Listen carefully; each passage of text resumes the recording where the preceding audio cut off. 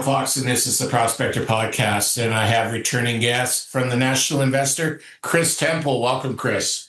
Hey, Mike, how are you?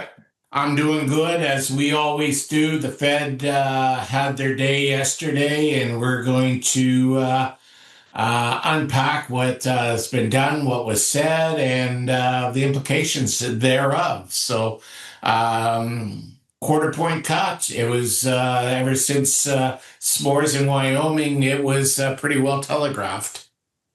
It was, and there were some, including, of course, most notably President Trump, who thought that there should be more aggressive rate cuts. But it was pretty much unanimous going into the meeting that it would be a quarter point cut, unlike last September, where the Fed surprised the markets a bit with a 50 basis point rate cut. They also, as I suggested was going to be the case in recent days, came out with what some characterized kind of a hawkish rate cut. They didn't indicate that this was going to be by any means the beginning of a series of cuts.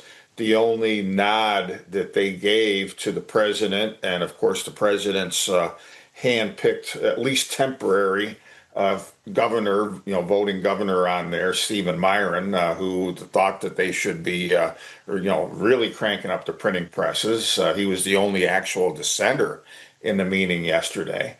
But aside from him, when you look out forward, the Fed essentially said that it's instead of borderline 25 basis rate cuts that they predicted at the last meeting.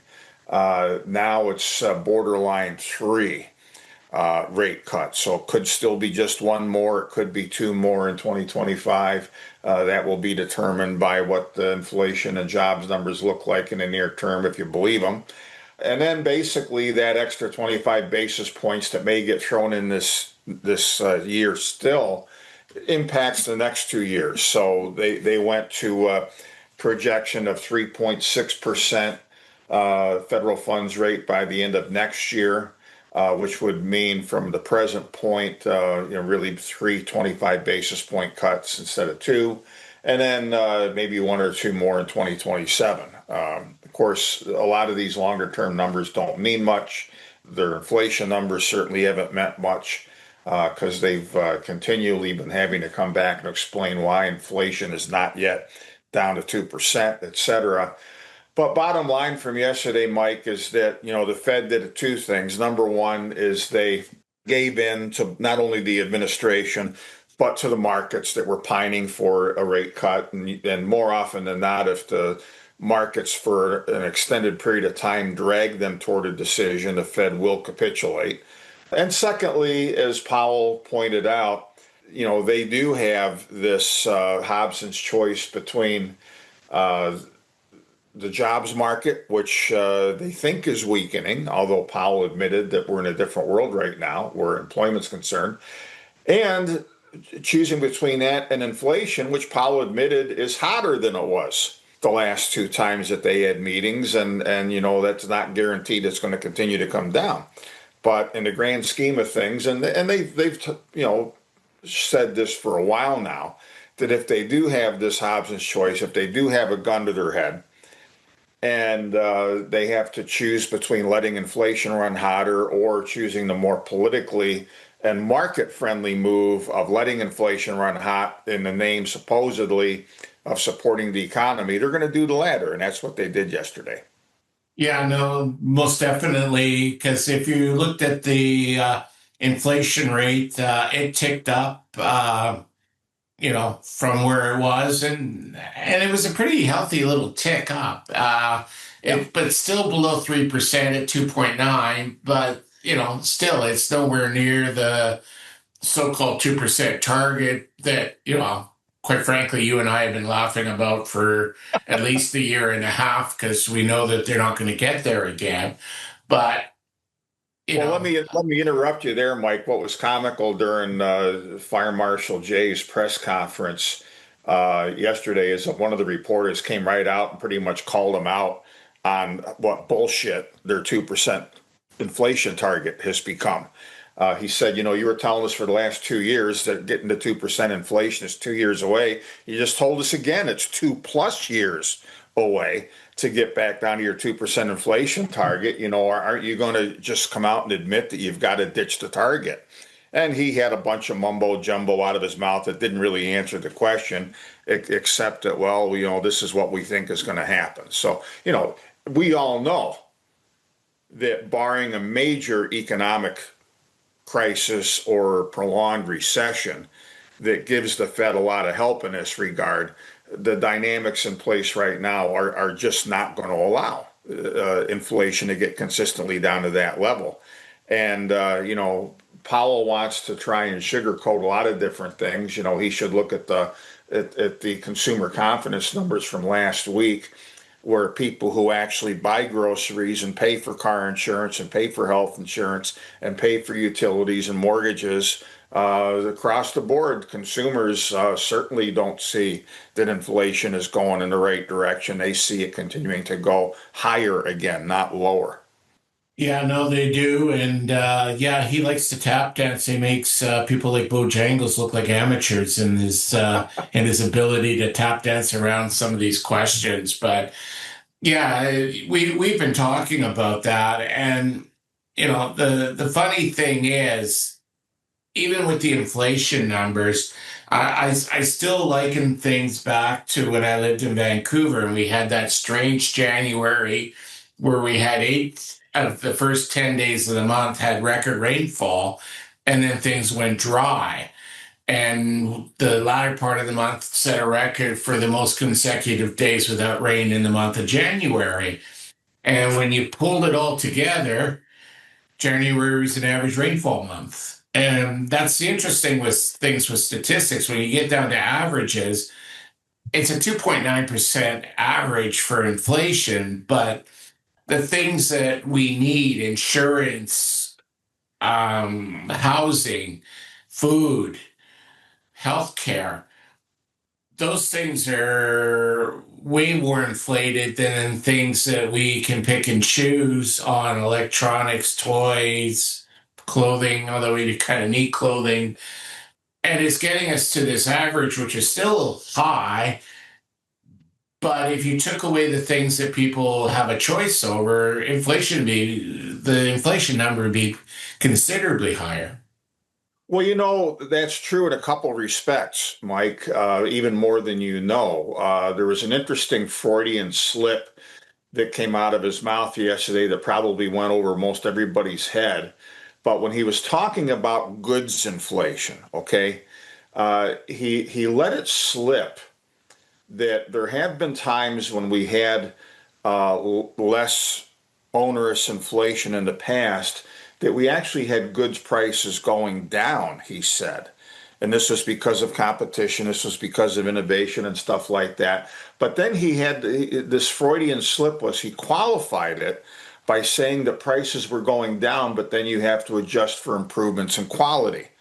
So for a long time, one of the several ways in which the BLS, which stands for the Bureau of Lying Statistics, has sugarcoated inflation and changed the formula to make the official numbers less bad than they already are, is basically, and I use an overly simplified example just to make the point.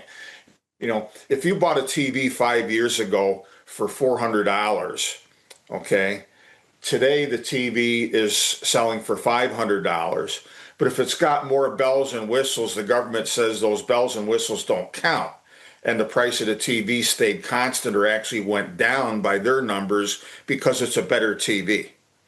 Okay, that's what they call Hegelian pricing.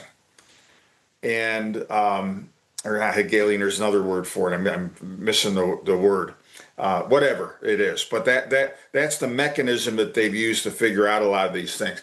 Now, I'm sure, who John Williams is. He is a former Treasury official. He runs a group called Shadow Stats, where he has long pointed out that if we use the same formula today, or the government did, that they used when inflation was bad back in the 80s, that inflation is understated today by several percentage points. But the government plays all these games, like this pricing model where they don't count improvements in quality of things, and that makes them ignore how much the prices went up. So anyway, you're right about that, and so the Fed is always going to try and understate things as best as they can. Yeah, I know John. I've interviewed John a few times, and Yeah. his numbers are very interesting. And again, I'll refer back to when I lived in Vancouver. There was always talk about what the average rental rate was in Vancouver, and it was always expressed considerably lower because everybody was rent controlled as long as they stayed in the apartment. And as a result, you had, some people they were paying a large percentage below market rate for the rent. They didn't take into account that if somebody left that, $800 or $900 a month apartment to get into a new apartment, it would cost them $2,600 a month. And so, it really wasn't reflecting the true housing costs of living in Vancouver. And as a result of that, I think that it also contributed to a lower inflation number in Canada because of the way they would, calculate average rents. And I can't see where they're doing anything different in your country today. So if you've got, a rent controlled apartment in Manhattan, as long as you don't leave the apartment, you're really not getting much in the way of inflation. But if for some reason you need to leave that apartment and go get a new apartment, all of a sudden your rent's going to go skyrocketing and it's going to have a huger impact, but it's not really being reflected in those inflation numbers.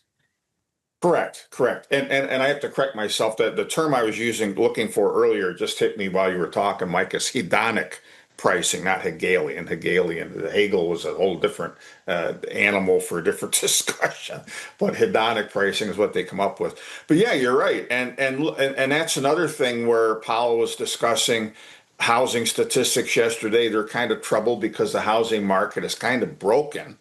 And you've got mortgage rates that right ahead of the Fed meeting hit a 3-year low, but now they're going back up today, along with long-term yields. The other issue you've got, thanks in part to President Trump's tariffs, is that certain inputs, cost-wise, have continued to be sky high, even at the same time, and this is an interesting dichotomy, that lumber prices have really been soft, that, pun unintended, in the recent past as well. And that's probably because of, still some subpar levels of activity in different areas, simply because the usual dynamics are broken. And it's just kind of like, Powell explained yesterday in this trade-off between inflation and the job numbers. He said, usually in the past, these things were in tandem. If you had weak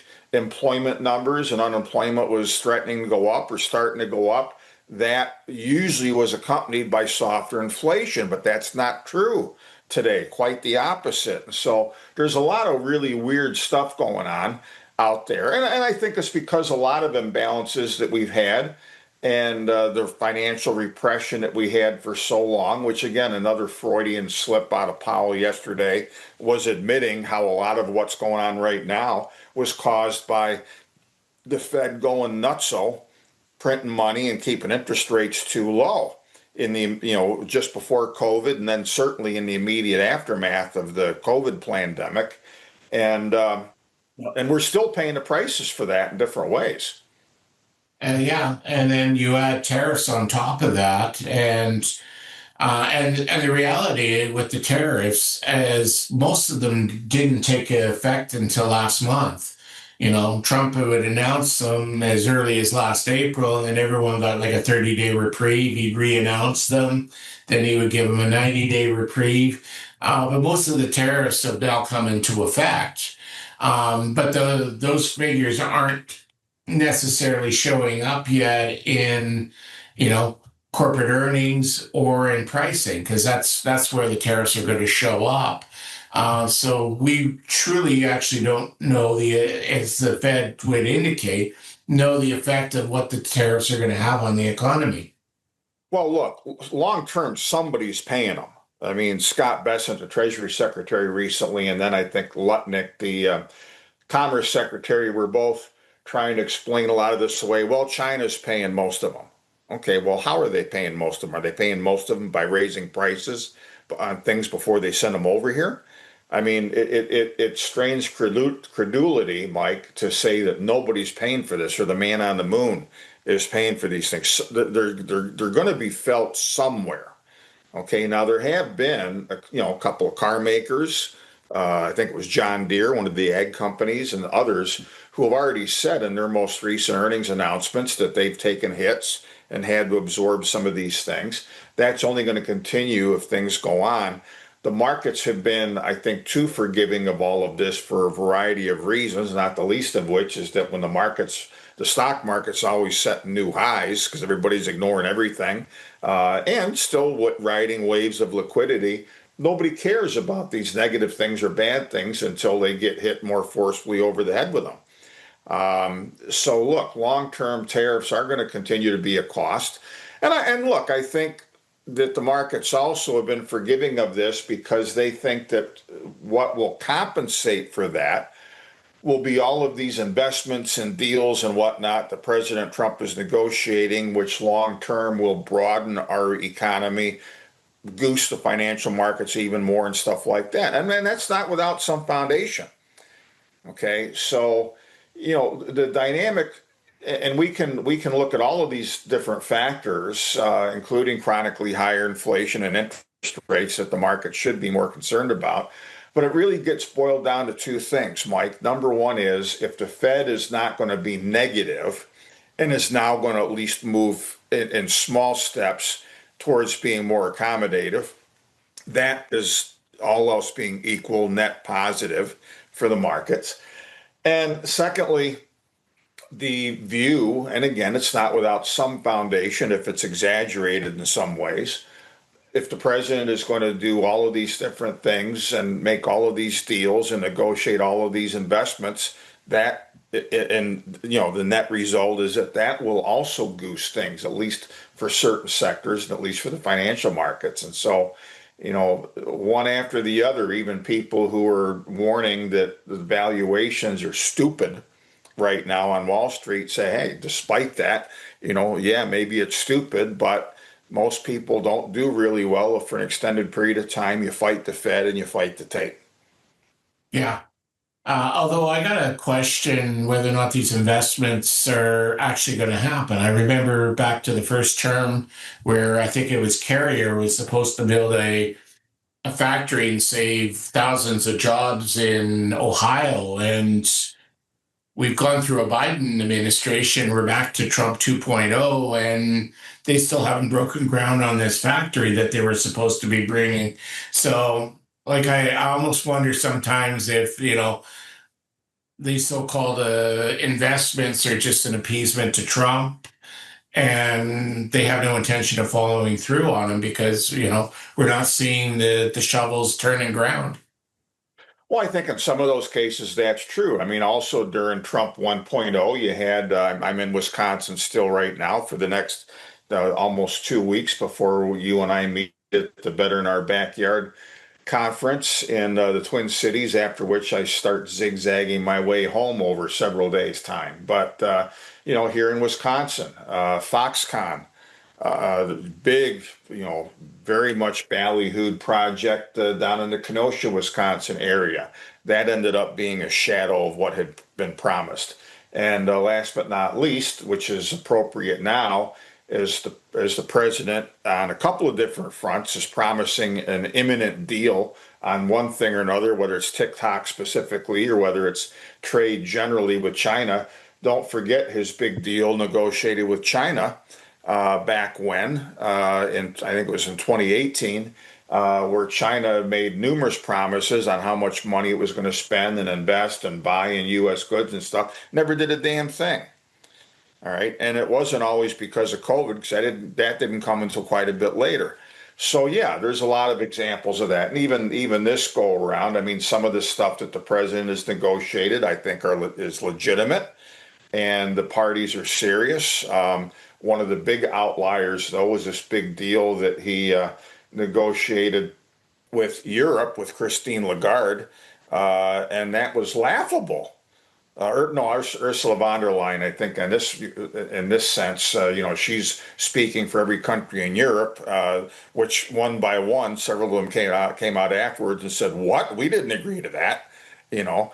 And yet, the president promised a gazillion dollars, and Europe only is getting hit with 15% tariffs or whatever. So again, this is a guy that right now on a global stage, right or wrong, is king of the hill.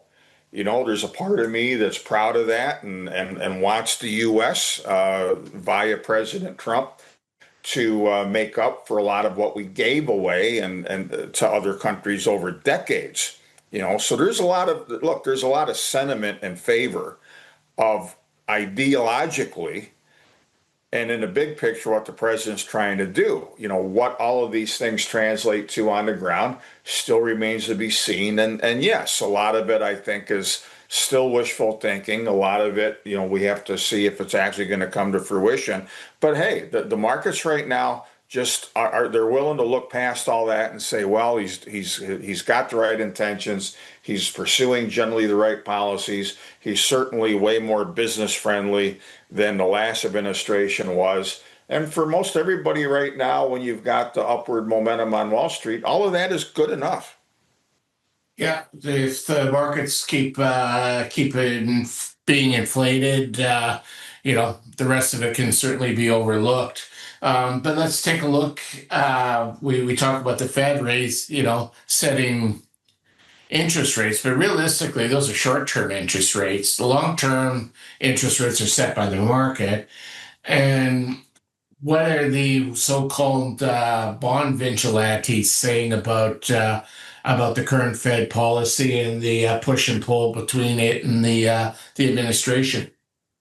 Well, look, the bond market vigilantes for a while have not been overly cooperative, and I've discussed recently with my audience, Mike, and I'll repeat it again, that if you go back to exactly a year ago, before the Fed cut rates last September, it was universally expected that they were going to cut rates at least a little bit in what Jerome Powell at the time was calling a mid-cycle course correction or a recalibration, to kind of take rates down a little bit, but not necessarily start a full-on rate cutting cycle. And that ended up being the case. They cut rates 50 basis points, which was a surprise last September, and then 25 more two other times over the balance of the year. And then that was it until yesterday.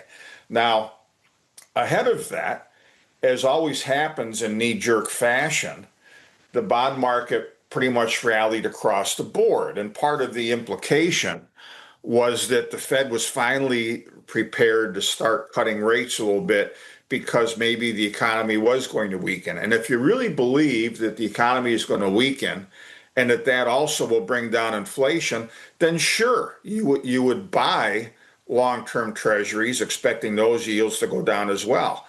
But interestingly enough, almost immediately after the first rate cut in September and then for several months afterward, long-term rates went up. The Fed cut interest rates by a total of 1 full percentage point or 100 basis points. Long-term yields went up by almost 150 basis points from bottom to top. And since then, they've kind of ratcheted down until yesterday, when just briefly, and this was the second time in the last week this happened, you had a fraction of a basis point on the 10-year, which is what everybody follows these days, where just by a sliver dipped under 4%, but then it went back up, continued going up during Powell's press conference, and continued going up overnight. And as you and I are recording this with a couple hours left in trading, on Thursday, the 10-year yield is back up to around 4.10%. And I don't think we're going to go back under 4%. And so in answer to your question, if you are an investor reading between the lines of what the Fed is telling you, which is that we'll hold our nose and cut interest rates a little bit more in the months ahead to placate the administration, to keep the markets propped up and stuff, and ostensibly to help the economy out. But even as inflation is still too high, if you're a long-term investor, you look at that, number one. And number two, is some of President Trump's comments in the last couple of months, where he has made no mistake of the fact he wants a cheaper dollar, he wants lower interest rates, because that's all going to help us manage the debt more. And when you've got those, those two parties both telling you the same thing, you got to be out of your mind to want to lend the US government money for an extended period of time and take anything close to the current rate of inflation, because you got a pretty good idea it's going to go higher. So on its own, the bond market is not going to cooperate any more than it did a year ago. And I think that especially if you see, like this morning, the initial unemployment claims were much less bad than they've been. And I really think, and Jeff Gundlach of Double Line said this perfectly in his commentary after the Fed meeting yesterday, the risk right now is that the Fed is doing the wrong thing by loosening at all, even though they'll continue doing it for a little while. Because if the labor market really isn't as bad and the economy really isn't as bad as they think, and they're going to let inflation percolate up again, it's going to be that much harder to rein it back in when they decide that that's going to be their focus some months from now. So the bond market knows all this, and nobody with half of a brain is very aggressively buying treasuries right now. In fact, at the bottom yesterday of the yield, it was probably a good time to short them for a trade. Yeah. So higher long-term interest rates are not good for the U.S. economy. The American government has, been spending like a bunch of drunken sailors, which is an insult to drunken sailors, because I think they're probably, more frugal than what the government's been doing. But that's going to come to roost in higher interest payments on the debt. At what point do we see either government or the Fed step in and try and get rate controls in? Well, something is going to inevitably come. You and I had mentioned this yesterday. Gunlock also had a good comment about this yesterday, which I'm going to add to here in a second. But look, short-term interest rates right now will benefit the Treasury because they're issuing new paper and rolling over old stuff, all on the short end of the curve. So if the Fed cuts interest rates, all else being equal, and with the Treasury, basically doing payday loans, and issuing paper for 90 days or a year or two, they're not paying long-term interest rates right now. So the Treasury's in a bit better shape. Lenders in the financial sector is in better shape if, as a result of all of this, the yield curve is going to steepen even more, which it will. But those who are out of luck, once again, are Joe Sixpack and Sally Soccer Mom and a business owner, who are not going to see the benefit of lower short-term rates, as you point out. And if anything, we're going to see long-term yields go higher to compensate in the markets for the currency risk, the debt risk, and all this kind of thing. Nobody is predicting, certainly not me, that the dollar is going to go into the dustbin of history anytime soon. There's a lot of crapola out there about that. But again, that doesn't mean that between the Fed and especially the Trump administration are not going to aggressively try and cheapen the value of the dollar to, in their minds, make the debt more manageable. And that's usually the MO of anybody in this position. Everybody else on the planet's done it to one extent or another. And it's also with the idea that it's going to goose economic growth. So at some point, when we see long-term yields go higher and higher and they're not responding, even if the Fed cuts rates once or twice more in the near term, the question has to be asked, what do they do? All right. Now, so far, and Powell addressed this yesterday in answer to another question, they are not concerned about any systemic issues. It's been widely reported that things like credit card payments, subprime auto loans, and more recently, and this would be a bigger problem for the Fed, which we've only seen percolate a few times in the recent past, commercial mortgage payments, they're all either at multi-year or record highs as far as delinquencies, as far as payments. So there is a lot of stress under the surface. But according to Powell yesterday, it's not to the magnitude that there's a systemic thing he's got to worry about that's going to cause him to ease even further. Beyond that, and I think that we're going to see something come next year on this for a variety of reasons, not the least of which is the president's going to want to show that he's friendly to Joe Sixpack and Sally Soccer Mom ahead of the midterm elections, where the Republicans want to try and hang on to their narrow margins in the House and Senate. He's going to have to show something to respond to still high long-term interest rates. He will already next spring have a new Fed chairman in place who will probably be a lot more dovish than the current chairman. And the other thing that I think the Fed itself will probably be of a mind to do at some point will be to dust off, not necessarily full on quantitative easing if there's not an economic reason or crisis to cause that. But you remember you ever hear the term or remember the term, Mike, that the Fed has used from time to time called Operation Twist? Yeah, it's been a while since I've heard that one though. Well, that's what they're going to do, first off, and probably by sometime next year. And what that was, the last time they did something like this, and they've done this numerous times going back several decades, actually, but the last time that Operation Twist was in the market's noggins is, a kind of a present term that we needed to worry about was back in a few years after the financial crisis in 2008. Of course, the Fed and everybody else cut interest rates at basically to zero, in some cases less than zero on short-term rates. But then to further help the economy, which was much worse back then than it is now, they were trying to figure out how to get long-term rates down. So what they did was they started selling short-term paper and they bought long-term bonds. So it wasn't net quantitative easing per se, but it was where they were trying to twist the yield curve flatter and drag long-term yields back down to what short-term yields were. So that's what is very likely to happen. Again, I would suggest within the next year is that this is what the Fed will try and do from its standpoint to bring long-term yields down. It is probably going to take a new chairman being in place to do this for political as well as other reasons. Is that they'll continue to sell off incrementally or modestly their balance sheet, but they'll get rid of short-term paper and they'll start buying 10 and 20-year treasuries to try and, all else being equal, bring long-term yields down.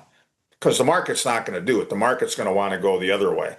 And it's going to be interesting to see how that fight turns out when it comes about. And it will.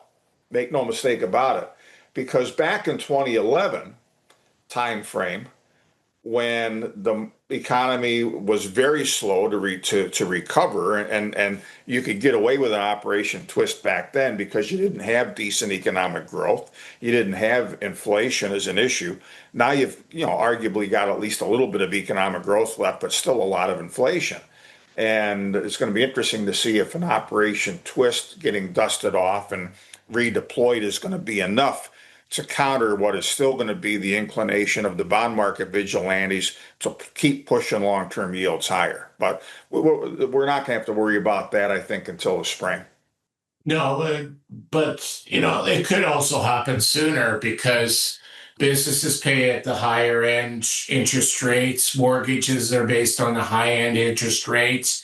Government's going to need to see a longer interest rate so that they can get their balance sheet in order. So I don't know. It wouldn't surprise me if we see it before the spring. It's possible. I mean, it depends on circumstances. But again, my view, Mike, is that two things. Number one, it's not politically necessary today for them to be doing that because long-term yields came down. And, look, the yield on the 10-year treasury peaked earlier this year around just about dead on 5%. All right. And now we're at 4.1. So it's a fair bit less, and mortgage rates are a fair bit less. But again, this is not enough that's going to do a damn thing to help the housing market. Among other things, the overwhelming majority of mortgages out there are still at mortgage interest rates a fair bit less than the 6.2 or whatever it is right now for a 30-year mortgage. So no one's going to go out and do much. No one's going to refinance to any great extent. It's going to take considerably lower mortgage yields for that, and that's not going to happen tomorrow. But again, I think that just as a face-saving thing institutionally for the Fed and for Jerome Powell specifically, this isn't going to be anything that they seriously do until Powell is replaced as chairman come May. Then I think it'll be a hot topic in fairly short order, even though, and we'll probably hear about it in advance of that even more, I would suspect. But it's not a dire enough situation yet to, in my opinion, at least require anything sooner than that. But, we're going to have to continue to look over our shoulders because at some point I do believe it is inevitable that the Trump administration, and partly now come spring in the person of a more friendly and compliant Fed chairman, will try and do something like this. But here again, they're taking on a much bigger opponent in the form of the bond market vigilantes this time around. And especially if it is the case that someone like Stephen Myron, who thinks that the Fed should be cutting interest rates 150 basis points in the next several months, not just 50, if it's him or someone like him as a new Fed chairman, here again, that's just going to be that much bigger a signal to the market that you're crazy to be buying long-term treasuries, and the Fed's going to have to mop up a whole lot more to compensate for that. So it'll be an interesting fight, but this is something that's not going to happen tomorrow or suddenly. It's going to continue to evolve. Yeah. Last month, major subprime auto mortgage or auto lender went bankrupt, went broke, left the market. That's a sign that interest rates for cars on, poor people is getting a little out of hand, and those people may not necessarily be able to deal with that. So we could call that a black swan, not a black swan, because you could sort of see it happening. But do you see something breaking between now and the spring when you could see yield curve control? Well, look, when you consider, Mike, that valuations on Wall Street, valuations in the bond market and credit markets are extremely stretched, overly exuberant, pricing in more than a perfect world, then yeah, if something comes out of left field and causes everybody to zig or to zag rather than to zig, you could have market dislocations. You could have periods of illiquidity. As I said earlier in our conversation, Powell was sort of asked that same thing yesterday and suggested he doesn't see any systemic issues right now, but they're percolating, and they have been for a while. When you have such a bloated debt structure right now and more people having stress even servicing payments, the question is, that begs itself, at what point does it become too much? And at what point does it become a larger or systemic issue? We have had, I referred to commercial mortgages a while back too. That's been a ticking time bomb for several years now, as a matter of fact. And there have been instances, I'm sure our listeners remember, of here and there for the last several years. You got one bank here goes bust, has to get taken over. Another one, over there goes bust. But it's not been enough at the same time to cause a sharper reaction more broadly by the Fed. In almost all of these cases in the last several years, there have been one-off, overly weak institutions that couldn't keep all the balls in the air anymore. And by the time you got done with banking regulators and the FDIC and whoever else had to get involved in it, got papered over, the assets were taken over by somebody else, and, on we go. There will come a point where that isn't possible anymore. And that's again, one of the things people need to remember, is that back in the early 1980s, and I've talked about this many a time, Paul Volcker's real legacy was not that he licked the inflation of the late 70s. It was after he did that, he turned completely upside down the natural order of things in the economy and in the markets. And he instituted the regime that we've lived in for 40 plus years since that replaced the traditional business cycle based on the organic economy with what is now a credit cycle. And if you look, and I've got something in my newsletter over the weekend on this that I'll share with everybody. If you look at the swings in interest rates since the 1980s, if you look at the swings in debt and the economy and markets since the early 1980s, you'll have these big moves up in bond valuations and stock valuations and sometimes or usually rather accompanied by the reductions in interest rates. It gets to a point where something breaks and then after that you have a crash. So you have a credit expansion and then boom, a credit contraction. Okay, you had it happen in 2007. You had it happen in a couple of different times in years after that, less dramatically. You had it happen in 2000 prior, 2007 I mentioned, 2020 was self-inflicted. But you have these big meld-ups and bubbles in valuations of credit. And when you talk about bubbles and valuations of credit, that means bond valuations and credit valuations go high, yields come down, meaning that everybody thinks everything is great and there's nothing to worry about. And then things go the other direction. So, same with stocks. So, this last big spike that we've had with the unprecedented credit creation that Powell gave us all earlier in his tenure, we have yet to see the correction of that, the down cycle of that. So this big boom that we've had in asset prices in the last few years has been like 2005 through 2007 and 8. It's been like the late 1990s. And what a lot of people, again, and sometimes people throw this term around, this time it's different. Every past time, oh, this time it's different. You got this and this and this and this. We're not going to have a bust. But inevitably here it comes because you still can't defy the laws of mathematics or gravity for that matter. This time, as I alluded to earlier, the markets are even more forgiving of President Trump because they really do believe that he's going to broaden the economy so much and goose the markets so much that at worst, it will help absorb and maybe counter the credit risks that are out there right now. That's somewhat far-fetched, but not completely. There is a scenario, and I talk about this right now in the piece I'm putting out this weekend, where if everything went right that the president's working on, sure, we will still have much higher inflation and borrowing costs going forward, but we will be able to avoid a bust. That's what the markets are betting on right now. It's a big bet, it's a daring one, and it's a risky one, but that's what they're betting on right now. Yeah, I've always found when I hear people say this time is different, I'm listening to the four scariest words that are possible to come out of somebody's mouth because it's generally not different this time. And it's just a matter of when the chickens come home to roost. So, Well, and that's why our last conversation and this thing that I'm finally belatedly putting out this weekend, the title of it basically is, are we going to have an epic new golden age or an epic bust?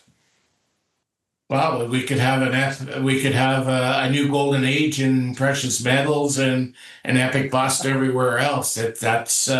That's highly probable.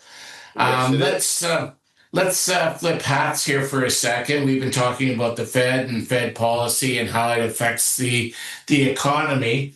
You and I are going to be together pretty soon. We're going to be down in Minneapolis, Minnesota.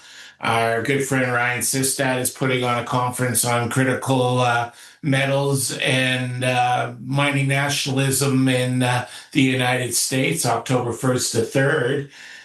We've been talking about economic policies, but supply chain policies are coming to a fore as well, where America and the West is needing to get a hold of the supply chain and wrest it away from other areas in order to be able to have this manufacturing broaden out as you've described. Well, look, one of the very positive things on the ledger here, looking at the positives and negatives, macro policy and things like that, is the fact that the Trump administration knows very, very well and has already taken some initial steps that we need to get back control of our own destiny when it comes to energy, nuclear power, critical metals, mining, all the downstream things, everything.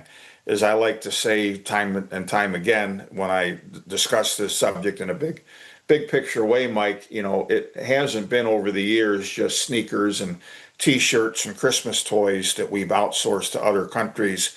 It's been the ability to fire our nuclear reactors that provide 19% of America's overall power grid supply. And that number is going to grow. It's a lot of these other things where we still mine close to half of the copper that we need in this country. Maybe it's a little less than half, but we have to send that concentrate offshore in most cases to be able to get the finished products. And it's just all down the line.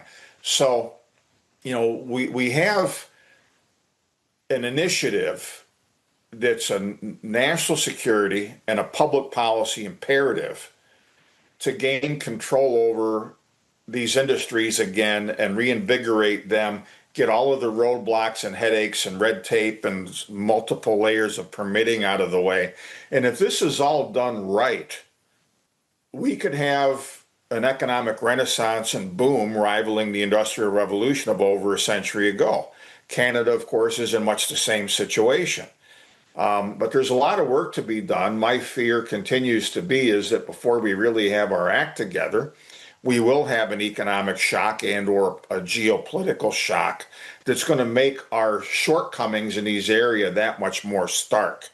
It's been in the news even in recent days that if we focus just on China's embargo to much of the world of finished rare earth element products for magnets and computers and things like that. It's already hurt manufacturing in both Europe and the US. It's hurt the ability of some companies to build products where some of these things are available at all. It's caused higher prices.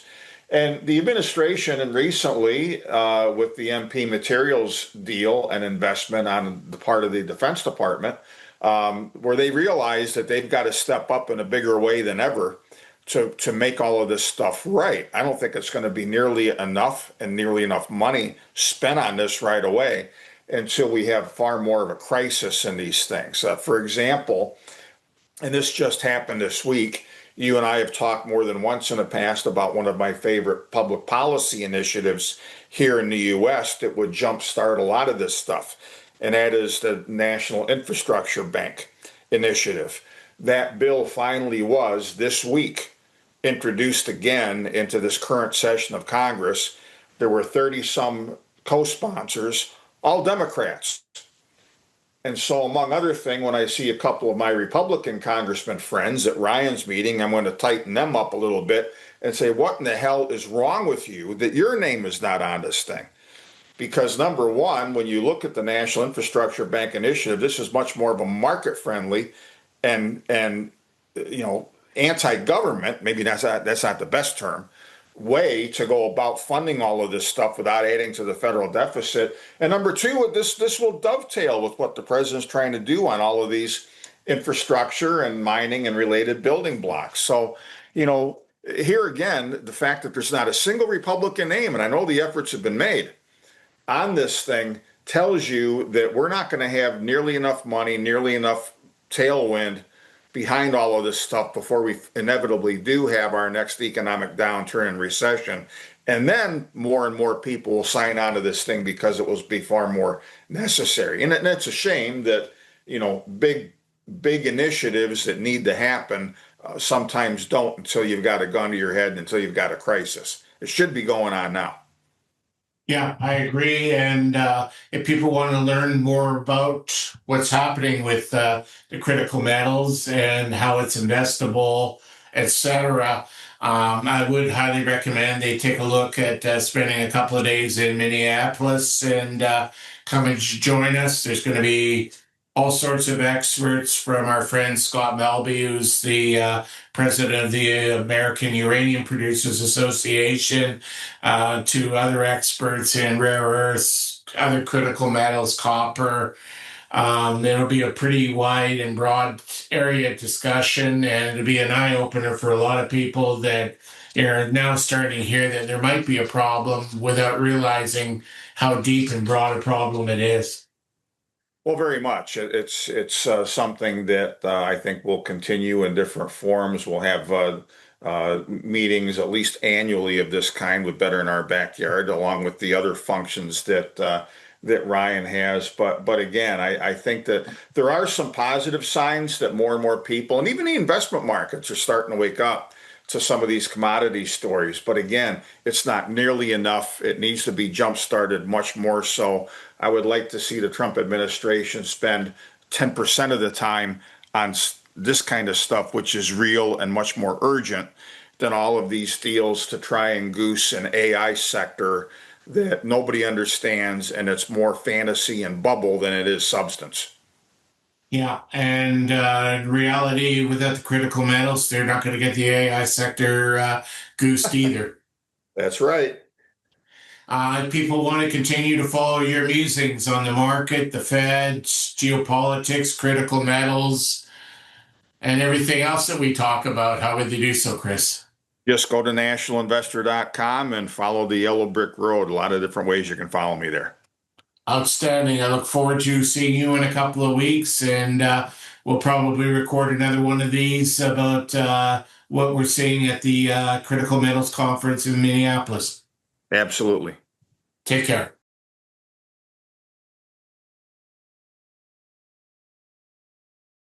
The Prospector News Podcast is for educational purposes only.